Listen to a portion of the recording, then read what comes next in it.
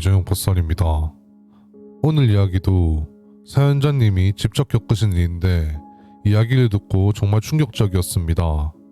어떤 이야기인지 지금 바로 시청해 보겠습니다. 이야기 시청 전 멤버십 가입 한 번씩 부탁드리겠습니다. 이야기 제작함에 있어 정말 큰 힘이 됩니다. 이야기 시작합니다. 저는 광주에 거주 중인 40대 여성입니다.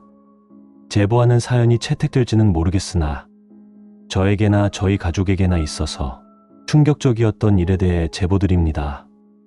첫 아이를 낳고 얼마 지나지 않았을 때였습니다. 저는 산후조리를 위해 산후조리원에 들어갔고 그곳에서 한 산후관리사를 만났습니다. 나이는 저보다 조금 더 있는 듯 보였고 말수도 적고 눈빛이 유난히 깊었던 분이었습니다. 그분은 제 아이를 유독 오래 안고 있곤 했는데 당시엔 정이 많으신 분인가 보다 하고 가볍게 넘겼습니다.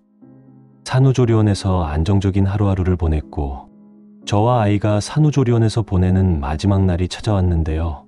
남편은 짐을 정리했고 저도 필요한 게 있는지 확인하는데 산후관리사가 제 아이를 품에 안고는 갑자기 울음을 터뜨렸습니다. 저는 처음 겪어보는 일이어서 당황도 했고 이상하기도 했습니다. 저보다 먼저 들어왔던 인부가 갈 때 보면 보통 건강하게 키우세요 정도로 웃으며 보내던데 산후조리사는 그날따라 평소와 달랐고 그날은 거의 대성통곡에 가깝게 눈물을 흘렸습니다. 그리고 어떻게 이렇게 보내 언제 또 보냐며 이야기했는데 옆에 있던 조리사가 울고 있는 조리사를 달래며 워낙 아이에게 신경을 많이 담았다 보니 더 마음이 안 좋은 것 같다며 말해주더군요. 저는 나쁜 마음이 생긴다기보다는 당시엔 저희 아이를 자기 가족처럼 돌보아주고 마지막까지 정을 주는 걸 보며 감정이 풍부한 분이라고 생각했고 정이 많은 사람이어서 그런가 보다 생각했습니다. 그렇게 남편과 부모님들이 마중을 나와주셨고 저는 기쁜 마음으로 조리원을 나와 집으로 향했습니다. 이후 집에 와서 아이와 시간을 갖기보다 곧바로 회사에 복직했는데요. 다니던 회사에서 아이를 낳고 산후조리원까지 휴가를 지원해 주어서 회사에 빠르게 복직해야 했습니다.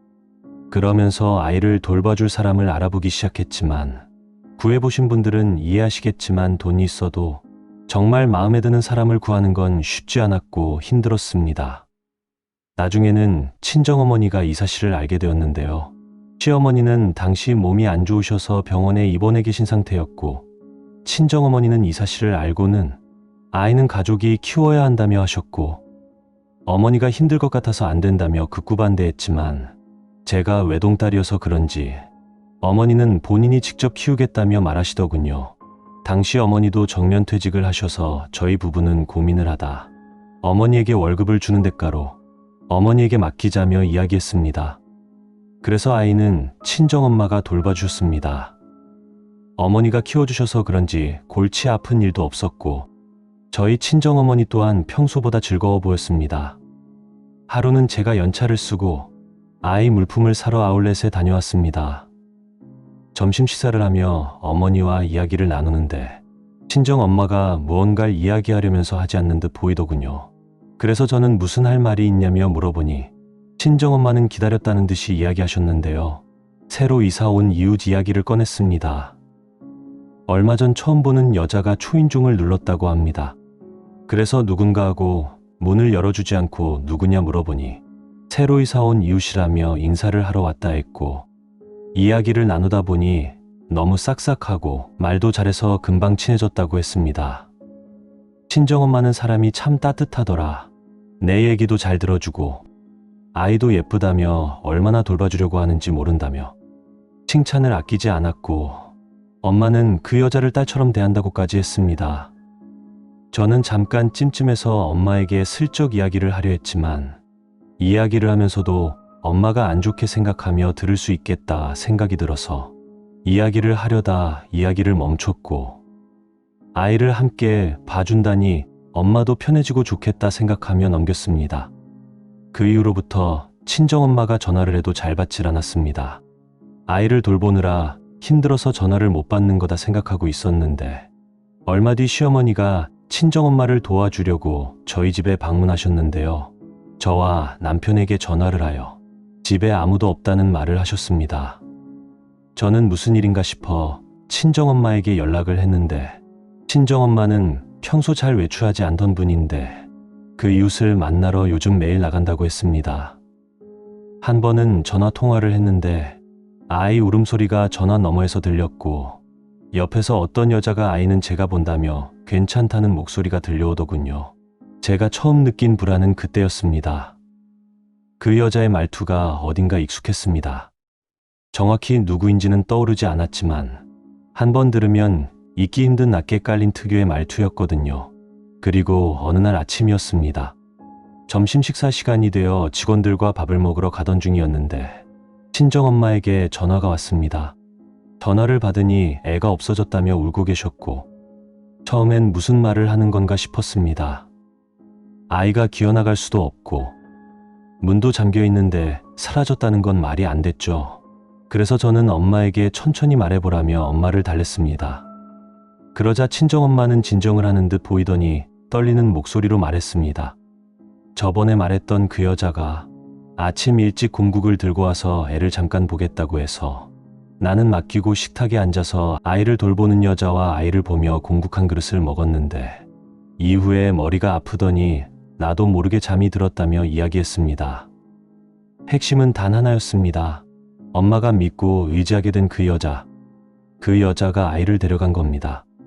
경찰이 집을 뒤지고 주변 CCTV를 확인했는데 CCTV에 찍힌 그 여자의 얼굴을 보고 남편과 저는 경악을 금치 못했습니다. 그 얼굴이 너무도 익숙했습니다.